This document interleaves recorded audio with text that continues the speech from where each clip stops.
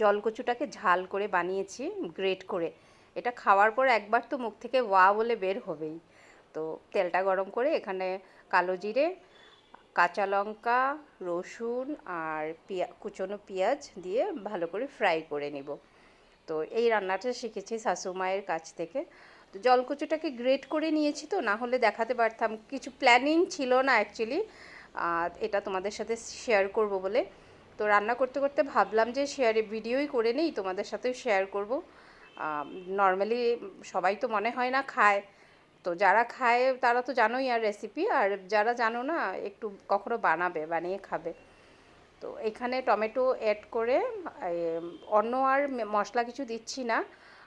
গুঁড়ো লঙ্কা দিয়েছি, হলুদ আর নুন দিয়ে, আর গ্রেট করা জলকচুটাকে অ্যাড করে দিলাম।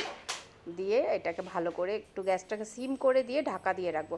যখন যে এটা এরকম পোড়া পোড়া টাইপ হবে, তখন এক টুকরো লেবু চিপে দিব। লেবুটা দিয়ে আবারও ঢাকা দিয়ে রাখবো গ্যাসটাকে সিম করে।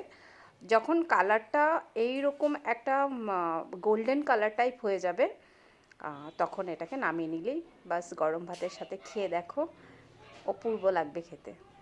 তো আবার আসবো অন্য রেসিপি নিয়ে। বাই।